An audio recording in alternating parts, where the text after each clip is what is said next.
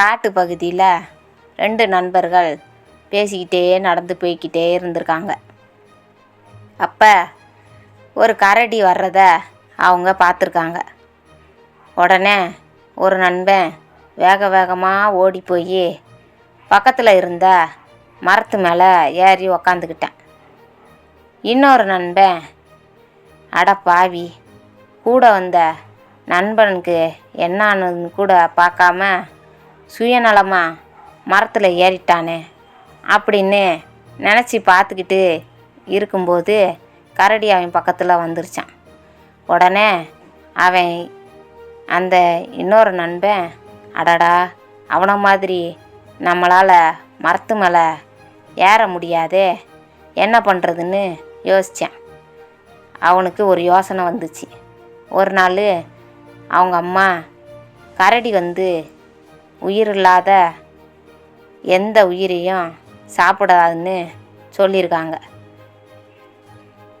அதனால் அந்த நண்பன் மூச்சை பிடிச்சிக்கிட்டு செத்த மாதிரி படுத்துருக்கலாம் அப்படின்னு யோசித்தான். கரடி பக்கத்தில் வந்துருச்சு.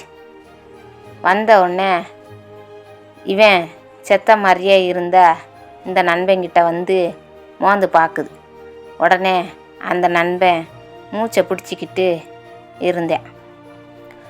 மோந்து பார்த்த அந்த கரடி செத்ததை திங்காததுனால அவனை விட்டுட்டு போயிருச்சு.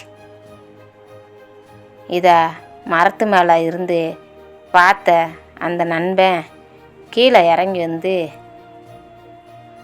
நண்பா, உன்கிட்ட கரடி ஏதோ சொல்லிச்சே, உன் காதில் என்ன சொல்லிச்சு அப்படின்னு கேட்டிருக்கேன். அதுக்கு அந்த நண்பன், கரடி எனக்கு ஒரு ரகசியம் சொல்லிச்சு அப்படின்னு சொல்லியிருக்கேன். நண்பா, அது என்ன ரகசியம், எனக்கு கொஞ்சம் சொல்லுன்னு கேட்டிருக்கேன். உடனே அந்த நண்பன் சொல்லியிருக்கேன், கரடி என் காதில் ஆபத்தில் உதவாத நண்பனை நம்பாதன்னு சொல்லிச்சின்னு சொன்னேன். இதை கேட்ட அந்த நண்பன் அவமானம் தாங்க முடியாமல் தலையை கீழே குனிஞ்சிக்கிட்டு போயிட்டேன். இதிலிருந்து என்ன தெரியுதுன்னா, எவ்வளோதான் நம்ம பழகினாலும் எவ்வளோதான் நம்ம செஞ்சாலும் யாராக இருந்தாலும் நம்மளுக்குன்னு ஒரு சூழ்நிலை வரும்போது நம்மளே செஞ்சுருந்தாலும் நம்மளை விட்டுட்டு தான் போவாங்க.